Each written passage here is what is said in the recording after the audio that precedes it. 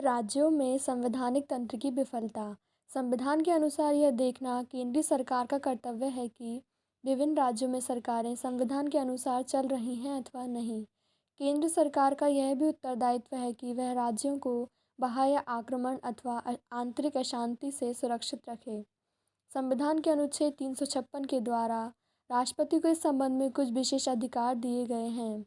उसमें कहा गया है कि किसी राज्य के राज्यपाल से प्रतिवेदन मिलने पर या अन्यथा राष्ट्रपति का समाधान हो जाए कि ऐसी स्थिति पैदा हो गई है जिसमें कि राज्य का शासन इस संविधान के उपबंधों के अनुसार नहीं चलाया जा सकता, तो राष्ट्रपति उस राज्य में संविधान तंत्र की विफलता की उद्घोषणा कर सकता है। इसके निम्नलिखित परिणाम होंगे। फर्स्ट, राष्ट्रपति राज्य सरकार के समस्त अथवा कुछ कार्य तथा शक्तियां अपने हाथ में ले सकता है। सेकंड, राज्य विधानसभा का स्थगन अथवा विघटन करके यह व्यवस्था की जा सकती है कि राज्य विधायिनी शक्तियां संसद के प्राधिकार के अधीन प्रयोग की जाएंगी। थर्ड, वह उक्त संकट उद्घोषणा को व्यावहारिक रूप देने के लिए प्रासंगिक अथवा आनुषंगिक व्यवस्था कर सकता है।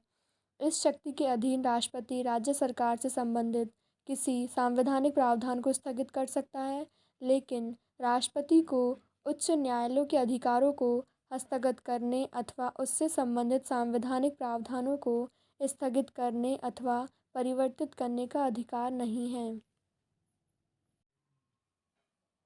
अनुच्छेद 356 के द्वारा राष्ट्रपति को दिए गए उपयुक्त अधिकार के संबंध में ध्यान देने योग्य बात यह है कि राष्ट्रपति द्वारा किसी राज्य में संवैधानिक शासन की विफलता घोषित करने के लिए कोई वस्तुनिष्ठ मापदंड निर्धारित नहीं किया गया है। संविधान के अनुसार यदि राष्ट्रपति व्यक्तिगत रूप से संतुष्ट हो कि किसी राज्य की सरकार संविधान के अनुसार नहीं चल पा रही है, तो यह राज्यपाल की ओर से इस आशय का प्रतिवेदन प्राप्त हुए बिना भी संकट की उद्घोषणा कर सकता है। अनुच्छेद 357 इस बात का भी उल्लेख करता है कि किसी राज्य के विधानमंडल के निलंबित होने की दशा में उसकी विधायिनी शक्तियों का संसद किस प्रकार उपयोग करेगी।